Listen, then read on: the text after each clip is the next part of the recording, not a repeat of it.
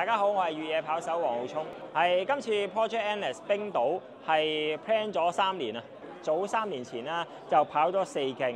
就300公里，亦都發起咗 Project Endless 香港站5日500公里，其實就行勻晒香港嘅山。不過咧，我覺得係世界好大嘅。如果係隨住我哋嘅人生嘅閲歷慢慢增加咧，我會有時覺得做重複嘅嘢可能未必對自己係最大嘅衝擊同埋意義，反而係踏出呢一步去睇下個世界，同埋帶香港人睇下個世界。所以近年嘅定位咧就唔係淨係比賽成績，咁但係都一定要 keep 住良好嘅體能，等到我哋可以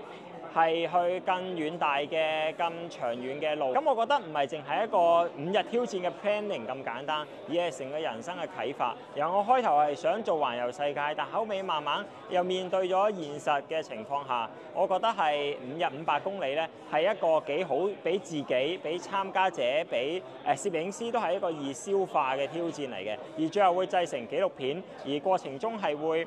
一來有自我挑戰元素啦，二來製成嘅紀錄片咧可以感染到更加多嘅香港嘅跑手，因為呢個已經係續集啦。咁我覺得帶出好多正面嘅信息，而過程中咧都為青少年越野跑發展籌款嘅。7月18號會進行呢個挑戰，呢個係5日500公里自我補